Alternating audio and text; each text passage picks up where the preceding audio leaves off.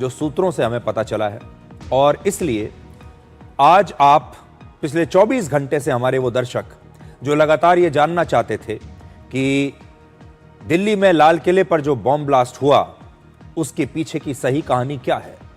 सबसे पहली बात तो यह है कि 24 घंटे से ज्यादा का समय बीत चुका है, लेकिन अभी तक किसी ने भी इस हमले की जिम्मेदारी नहीं ली है। आपने देखा होगा इससे पहले जितने भी हमले होते हैं बड़े, उन सब की जिम्मेदारी पाकिस्तान में बैठा कोई ना कोई आतंकवादी संगठन जरूर लेता है, लेकिन इस हमले की जिम्मेदारी अभी तक किसी भी आतंकवादी गुट ने नहीं ली है। अब मैं 5 पॉइंट में इस बम धमाके का विश्लेषण आपके लिए करूंगा जो कल लाल किले पर हुआ था। पहला, यानी 10 नवंबर को हुआ यह धमाका आतंकवादियों की घबराहट की वजह से हुआ। यानी ये जो बॉम्ब ब्लास्ट हुआ है ये पैनिक में किया गया बॉम्ब ब्लास्ट है, ये किसी योजना के तहत नहीं किया गया था। दूसरा, बिना किसी तैयारी के ये धमाका हुआ है और आतंकवादियों के पास जो विस्फोटक था, जो आईईडी था, वो भी बिल्कुल अधूरा था। अगर उन्होंने ठीक से वो सारे विस्फोटक को इस्तेमाल किया होता तो नुकसान कहीं से ज्यादा हो सकता था। इसलिए ये जो धमाका था ये बिना तैयारी के धमाका किया गया। तीसरा, आतंकवादी इस विस्फोटक को रखने के लिए किसी सुरक्षित जगह की तलाश कर रहे थे और इधर उधर भटक रहे थे। चौथा, अगर आतंकवादियों ने सही तरीके से योजना के तहत इस बम को बनाया होता तो 10 गुना ज्यादा नुकसान हो सकता था। जो विस्फोटक उनके पास था, अगर उसे वो ठीक से इस्तेमाल करते, एक योजना के तहत उसमें वो बॉम्ब बनाते, तो वो बॉम्ब इससे 10 गुना ज्यादा शक्तिशाली बॉम्ब होता। पांचवा, ये कोई सुसाइड धमाका नहीं था, बल्कि गलती से ये धमाका हुआ है। और बहुत सारे लोग जो आज दिन भर ये कह रहे थे कि ये एक सुसाइड अटैक है, ये एक आत्मघाती हमला है, तो हम आपको बताना चाहते हैं कि ये आत्मघाती हमला नहीं था और ये जो हुआ है ये एक एक्सीडेंट के तहत हुआ है। यानी योजना के तहत नहीं, बल्कि ये आतंकवादी जो थे ये इतने घबरा गए कि घबराहट में ये बॉम्ब जो है, उनके जो विस्फोटक है, ये बॉम्ब ब्लास्ट हुआ है। कल रात से लेकर अभी तक मेरे अपने अनुभव के आधार पर, सूत्रों से जो हमारी बातचीत हुई है, जो लोग बम धमाके की जांच से जुड़े हुए हैं, उनसे जो फीडबैक मिला है, उसके आधार पर आज मैं आपके सामने एक थ्योरी पेश कर रहा हूं और ऐसा लगता है कि काफी हद तक यही हुआ होगा। हालांकि अभी जांच चल रही है और जब जांच पूरी हो जाएगी असली कारण आपको तभी पता चलेगा। लेकिन आज जो मैं आपके सामने जो थ्योरी रख रहा हूं यह इस समय की सबसे विश्वसनीय थ्योरी है। इस थ्योरी के मुताबिक आतंकवादियों का यह डॉक्टर मॉड्यूल पैनिक में था, यानी घबराहट में था। कल यानी 10 नवंबर को फरीदाबाद में लगातार छापेमारी हो रही थी। ये लोग एक्सपोज हो गए थे, इन्हें गिरफ्तार किया जा रहा था। जहां करीब 3000 किलोग्राम विस्फोटक मिला था, आप याद कीजिए ये फरीदाबाद की वही जगह है। अब सुरक्षा एजेंसियां इनके गोदाम तक पहुंच चुकी हैं, इनके गढ़ तक पहुंच चुकी हैं और इनका जो मॉड्यूल था, जो स्लीपर सेल था, वो एक्सपोज हो चुका है। इसके बाद आतंकवादी पैनिक में आ गए। जो आतंकवादी बच गए थे, जो बाहर थे, जो अभी तक पकड़े नहीं गए थे, वो घबराहट में आ गए, वो पैनिक में आ गए और उसकी वजह से इधर उधर भाग रहे थे और इसी दौरान यह विस्फोट हुआ। इन्हीं में से एक आतंकी डॉक्टर कार में यह विस्फोटक लेकर भाग रहा था। जितना विस्फोटक इसके पास इस कार में मौजूद था, अगर यह आतंकवादी चाहते तो इस विस्फोटक से एक बहुत ही शक्तिशाली बम बन सकता था। जो विस्फोट हुआ है उससे 10 गुना ज्यादा शक्तिशाली विस्फोट हो सकता था। इससे दिल्ली में बहुत बड़ा हादसा हो सकता था, इससे कहीं ज्यादा लोगों की जान जा सकती थी। अगर इतने ही विस्फोटकों के साथ सही तरीके से इन्होंने बम बनाया होता तो 10 गुना ज्यादा नुकसान होता। लेकिन ना तो वो बम को ठीक तरीके से बना पाए और ना ही इस डॉक्टर मॉड्यूल की योजना धमाका करने की थी। कल शाम को धमाका करने की इनकी योजना नहीं थी। असल में यह धमाका गलती से हो गया, घबराहट में हो गया और एक अधूरे बॉम्ब में यह विस्फोट हो गया। और यही वजह है कि जहां पर धमाका हुआ वहां पर सड़क पर कोई बड़ा गड्ढा नहीं हुआ। इस बम धमाके के बाद जो घायल लोग हैं और जो मृतक भी हैं, उनके शरीर में कोई स्प्लिंटर्स नहीं मिले, कोई छर्रे वहां पर नहीं मिले। आमतौर पर किसी भी बम धमाके में आपको स्प्लिंटर्स मिलते हैं, छर्रे मिलते हैं, और स्प्लिंटर्स के इस्तेमाल से बम धमाका और भी ज्यादा घातक हो जाता है और इससे लोगों की जान कहीं ज्यादा बड़ी संख्या में जाती। तो इसलिए बड़ी बात यह है कि आमतौर पर जो बम धमाका होता है, जो कल से लगातार थ्योरी चल रही थी, बहुत लोगों ने शुरू में कहा कि ये कोई सीएनजी ब्लास्ट भी हो सकता है, सिलेंडर में हुआ ब्लास्ट भी हो सकता है। इसलिए वहां पर पहली चीज तो यह है कि कोई भी गड्ढा वहां नहीं हुआ, जो कि आमतौर पर हो जाता है।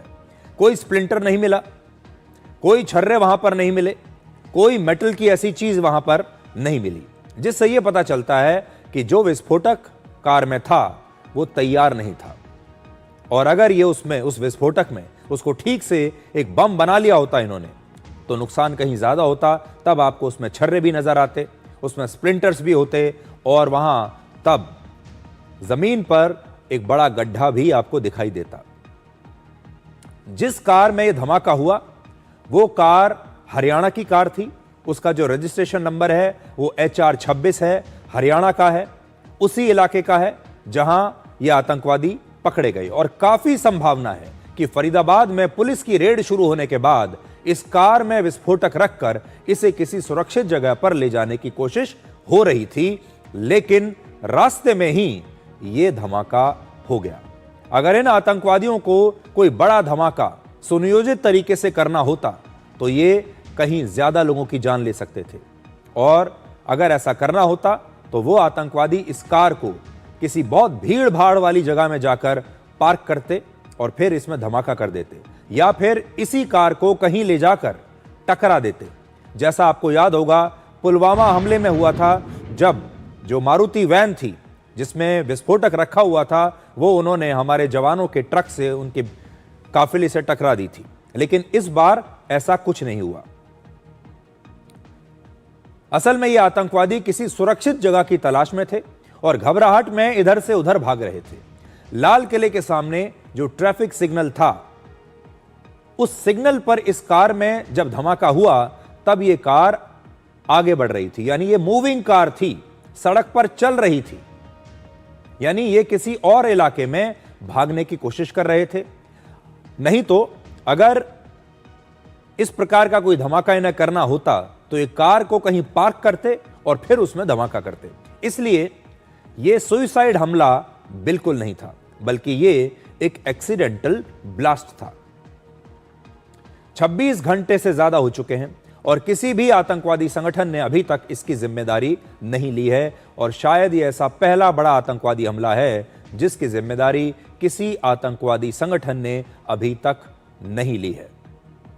मैं फिर भी आपसे ये कहना चाहता हूं कि ये हमारी एक थ्योरी है।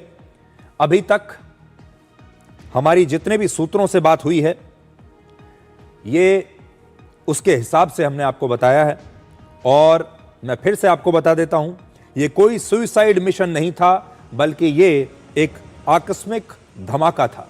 यानी ये दुर्घटनावश एक धमाका हुआ है। ये धमाका इरादतन नहीं है, ये घबराहट में धमाका हुआ है। और जो आईईडी इसमें इस्तेमाल हुआ, जो विस्फोटक था, वो अधूरा और गलत तरीके से जोड़ा हुआ था, इसलिए इसका जो नुकसान था वो बहुत सीमित हुआ है। घटनास्थल पर कोई गड्ढा या छर्रा नहीं मिला है। इसका मतलब यह है कि जो बॉम्ब था ये पूरी तरीके से ऑपरेशनल नहीं था, और जो आतंकवादी इस कार में थे, जो डॉक्टर इस कार में था, असल में वो डॉक्टर पैनिक में था, घबराहट में था और किसी सुरक्षित स्थान की तलाश में इधर से उधर वो घूम रहा था। इसलिए आज ये थ्योरी लेकर आज हम आपके पास आए हैं। हालांकि अभी सिर्फ 24 घंटे हुए हैं। इस तरह के जो मामले होते हैं उसमें जांच लंबी चलती है, और ये कोई अंतिम रिपोर्ट नहीं है, ये फाइनल रिपोर्ट नहीं है। अभी इस धमाके की जांच चल रही है, जिसके बाद इसकी अंतिम सच्चाई सामने आ जाएगी। लेकिन 24 घंटे के अंदर जो सबसे विश्वसनीय जानकारी मैं आपको दे सकता हूं, वो जानकारी मैंने अभी आपको दी है। ये सुनियोजित हमला नहीं था। आतंकवादी पैनिक में थे, घबराहट में थे, उसी घबराहट में इस कार के अंदर विस्फोटक भरकर वो बाहर निकल गए, किसी सुरक्षित जगह की तलाश में थे। अचानक बीच में ये विस्फोट हो गया, जो कि उनके प्लान का हिस्सा ये विस्फोट नहीं था। अगर योजना के तहत उन्होंने ये विस्फोट किया होता तो नुकसान इससे कहीं ज्यादा होता।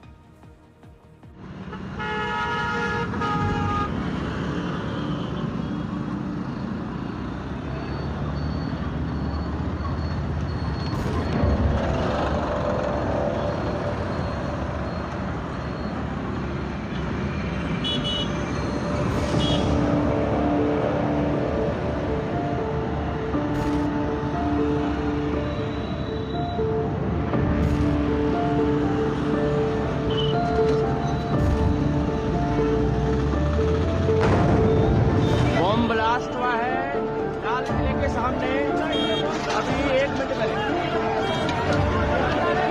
एक गाड़ी के अंदर बम था।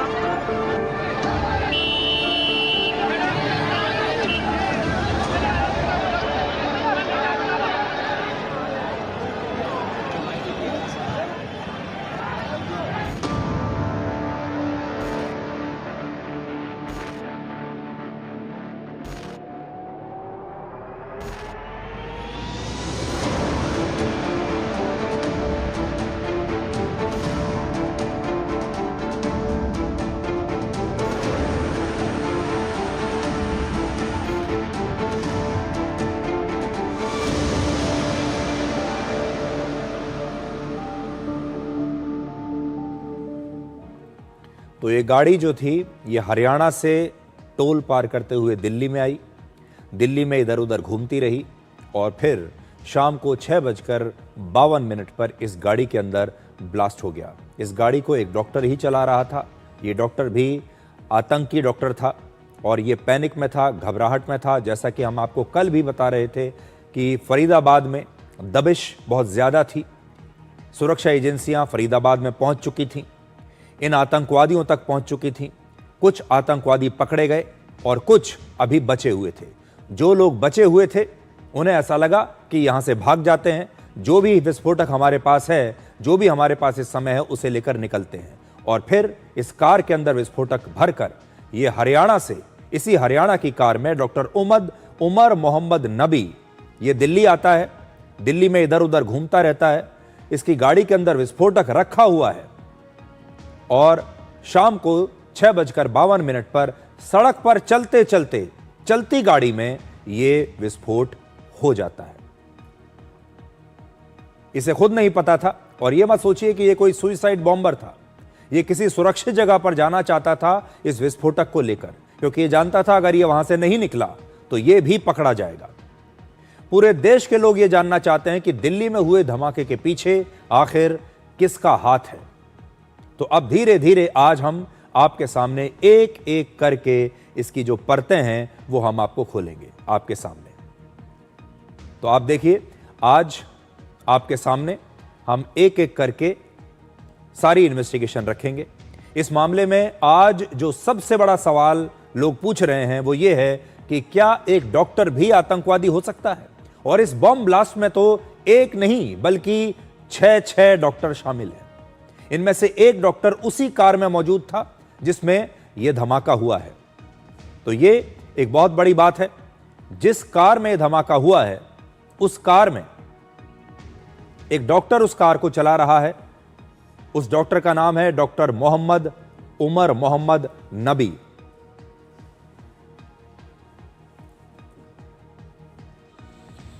और ये जो आतंकवादियों का मॉड्यूल है जिसमें सारे के सारे डॉक्टर हैं, ये सब आपकी स्क्रीन पर इस समय है। देखिए, आतंकवाद का doctor module, doctor Umar Mohammad Nabi जो गाड़ी चला रहा था, doctor Muzammil Shakeel, doctor Sajjad Ahmad, doctor Shaheen Shahid, doctor Adil Mohammad Rather और डॉक्टर परवेज अंसारी, ये सारे डॉक्टर्स हैं।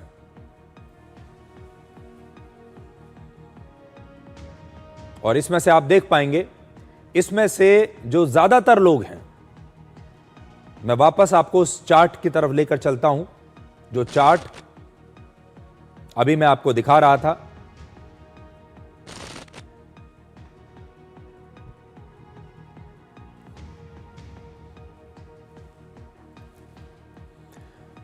जो डॉक्टर गाड़ी के अंदर था उसके बारे में हम आपको बता चुके। एक डॉक्टर उस कार में मौजूद था जिसमें धमाका हुआ। उस डॉक्टर का नाम है डॉक्टर उमर मोहम्मद नबी, जो फरीदाबाद में अल फलाह मेडिकल कॉलेज में काम करता था। दूसरा आतंकवादी है डॉक्टर मुजम्मिल शकील, यह भी इसी मेडिकल कॉलेज में प्रोफेसर है। तीसरी एक महिला डॉक्टर है जिसका नाम है डॉक्टर शाहीन शाहिद, जो इसी मेडिकल कॉलेज में काम करती है। चौथा आतंकवादी है डॉक्टर सज्जाद अहमद, यह भी इसी मेडिकल कॉलेज में काम करता है। और पांचवां डॉक्टर सहारनपुर के एक प्राइवेट अस्पताल में काम करता है जिसका नाम है डॉक्टर आदिल मोहम्मद राथर। और छठे आतंकवादी का नाम है डॉक्टर परवेज अंसारी, जो इस समय फरार है और यह भी अल फलाह मेडिकल कॉलेज की महिला डॉक्टर शाहीन शाहिद का छोटा भाई है। यानी सोचिए, एक ही परिवार के 2 डॉक्टर इस बम धमाके की प्लानिंग में शामिल हैं। एक ही परिवार के 2 डॉक्टर आतंकवादी हैं। एक और चीज आपने नोट की, कुल मिलाकर 6 डॉक्टर हैं, जिसमें से आधे से ज्यादा यानी 4 डॉक्टर एक ही मेडिकल कॉलेज अल फलाह मेडिकल कॉलेज में काम करते हैं। और इनमें से 3 डॉक्टर जम्मू कश्मीर में एक ही जगह के हैं और जगह का नाम है पुलवामा। वही पुलवामा जहां पर हमारे जवानों पर हमला हुआ था। 3 डॉक्टर पुलवामा के हैं जम्मू कश्मीर में और 1 डॉक्टर अनंतनाग का है। यानी कुल मिलाकर 4 डॉक्टर या 4 आतंकवादी दक्षिण कश्मीर से हैं। और दक्षिण कश्मीर वो इलाका है जो आतंकवाद के लिए कुख्यात रहा है। और डॉक्टरों के इस आतंकवादी मॉड्यूल ने मिलकर मेडिकल कॉलेज को आतंकवाद फैलाने के लिए इस्तेमाल किया। वो मेडिकल कॉलेज जिसमें शिक्षा देने वाले यूनिवर्सिटी को ही आतंकवाद फैलाने की नई प्रयोगशाला बना दिया गया। अब जरा गंभीरता से इसके बारे में सोचिए। ये जो डॉक्टर है, जो प्राइवेट अस्पताल में काम कर रहा था, इससे न जाने कितने लोगों ने इसे डॉक्टर समझकर इससे इलाज कराया होगा। ये बाकी के जो 4 डॉक्टर हैं जो मेडिकल कॉलेज में काम करते हैं, अस्पताल में काम करते हैं, मेडिकल कॉलेज में छात्रों को पढ़ाते हैं, न जाने कितने छात्रों को इन्होंने पढ़ाया होगा। सोचिए क्या पढ़ाया होगा इन्होंने, और कैसे आज हमारे देश में शैक्षिक संस्थानों को ब्रेन वॉश करने के लिए, आतंकवादी पैदा करने के लिए इस्तेमाल किया जा रहा है। और देखिए अब आतंकवादी कैसे पढ़े लिखे लोगों की भर्ती कर रहे हैं। एक बहुत बड़ा बदलाव आज मैं आपके सामने रखना चाहता हूं। एक जमाना था जब हम ये सुनते थे कि अनपढ़, गरीब और बेरोजगार युवाओं को ब्रेन वॉश करके आतंकवादी बनाया जाता है और फिर उन्हें पैसे का लालच दिया जाता है, उनके घर वालों को पैसा पहुंचाया जाता है और ये गरीब और अनपढ़ युवा आतंकवादी बन जाते हैं बिना ये जाने कि ये क्या कर रहे हैं। लेकिन अब बहुत बड़ा बदलाव आया है। अब अच्छे अच्छे सक्षम परिवारों के, अच्छे घरों के, पढ़े लिखे और अच्छी नौकरी करने वाले युवाओं का ब्रेन वॉश करके उन्हें आतंकवादी बनाया जा रहा है। आतंकवादी संगठन ऐसे युवाओं के दिमाग में नफरत भरकर, उनके दिमाग में एक आरडीएक्स जैसी सोच डालकर इन्हें हमारे ही देश के खिलाफ अब इस्तेमाल कर रहे हैं। सोचिए, ये सारे जो लोग हैं, इन्हें किस चीज की कमी थी? अच्छी नौकरी है, अच्छी डिग्री है, समाज में इज्जत है, इसी देश में रहकर मेडिकल की पढ़ाई करते हैं, इसी देश का खाते हैं, यहीं से सम्मान लेते हैं और फिर इसी देश के लोगों को लहूलुहान करते हैं, यहीं के मेडिकल कॉलेजेस में पढ़ रहे हैं। मैं आगे ये पूरी कहानी आपको बताऊंगा, जिसे हम आप कह सकते हैं कि ये व्हाइट कॉलर टेररिज्म का भारत में एक पहला, आप इसे मौका कह सकते हैं, व्हाइट कॉलर टेररिज्म, यानी जिसमें पढ़े लिखे लोग आतंकवादी बन रहे हैं। आगे बढ़ने से पहले आपको प्रधानमंत्री मोदी का वो बयान सुनवाते हैं जो आज उन्होंने भूटान की राजधानी थिम्पू में दिया है। प्रधानमंत्री मोदी ने आज वहां पर जाकर कहा है कि जो भी इस धमाके के जिम्मेदार हैं उन्हें किसी भी कीमत पर छोड़ा नहीं जाएगा, बख्शा नहीं जाएगा।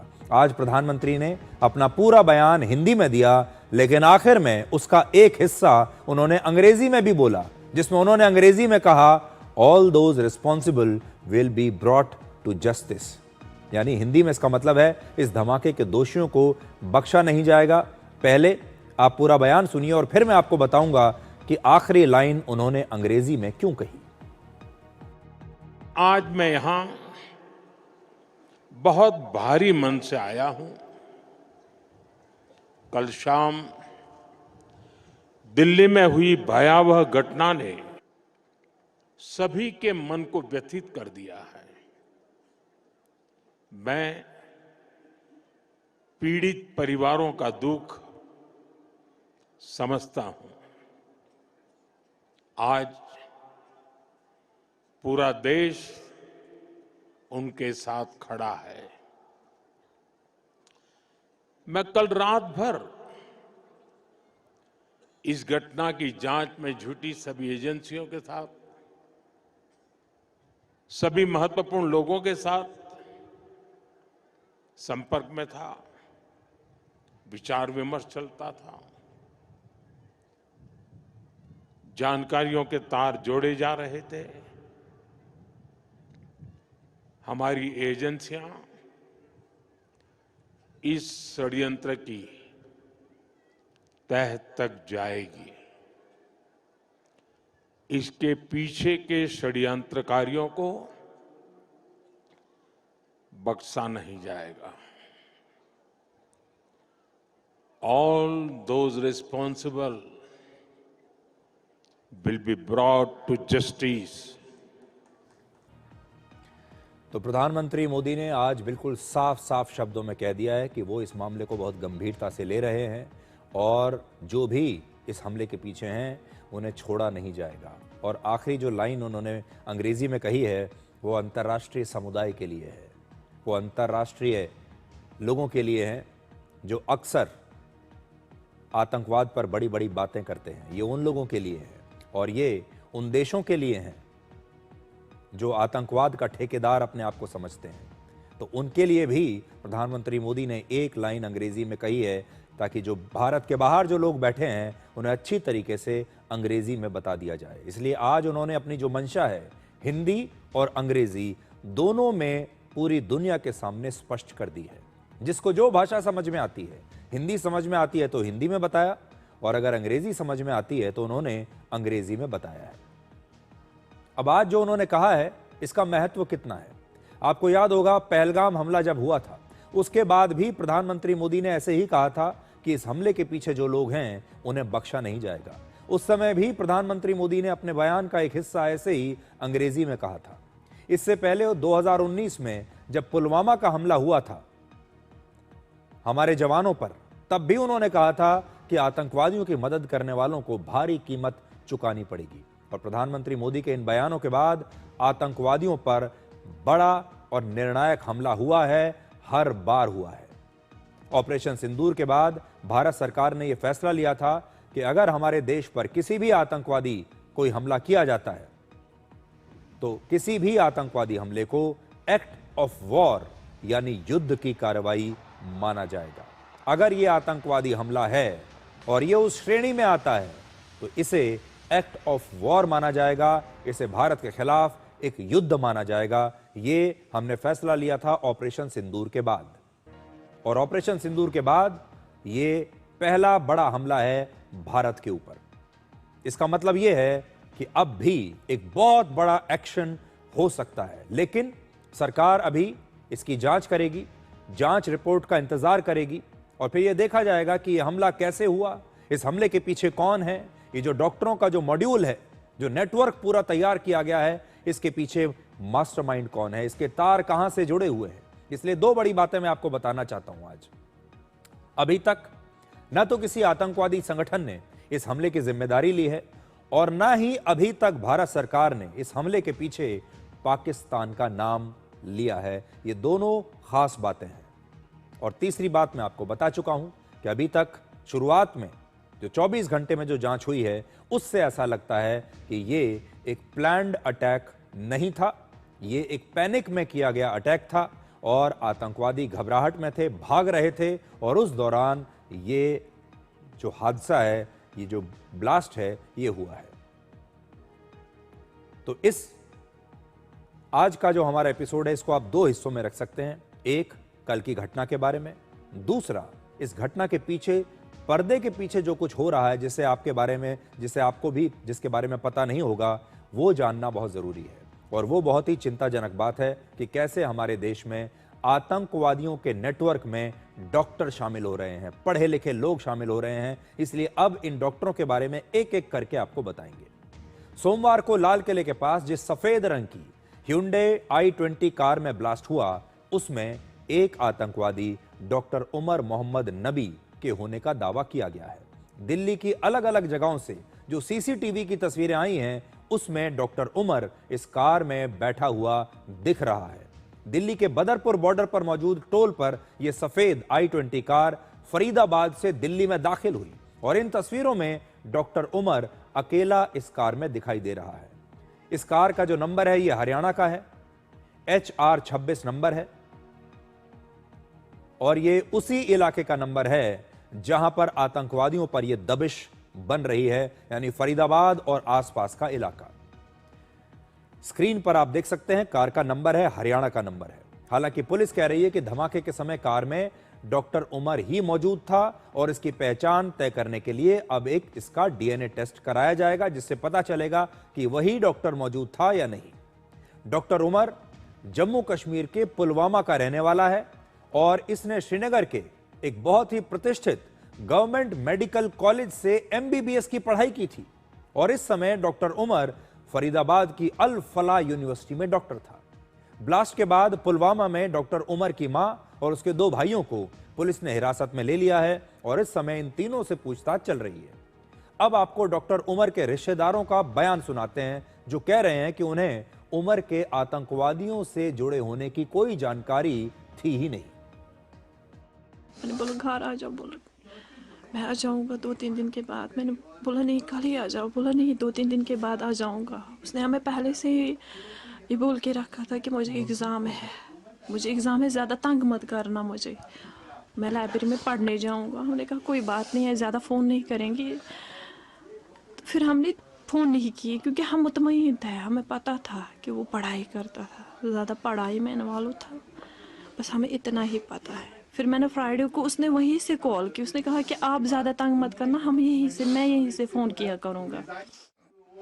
तो फिर उसने जुम्मे के दिन फ़ोन किया। मैंने मामा का हाल चाल पूछा, छोटे भैया का हाल चाल पूछा। फिर मैंने मेरे साथ बात की, मैंने कहा घर आ जाओ ना, घर क्यों नहीं आ रहे हो? उसने कहा मैं आ जाऊँगा लेकिन 2-3 दिन के बाद आ जाऊँगा, बस इतना ही। लेकिन वो भी बेफिक्र हो गए, उसने कोई डर कर बात नहीं की, आराम से उसने भी बात की, बेझिझक उसने बात की। जब हमें कुछ पता ही नहीं, जब वो इस टाइप का इंसान ही नहीं था, तो क्या बता सकते हैं।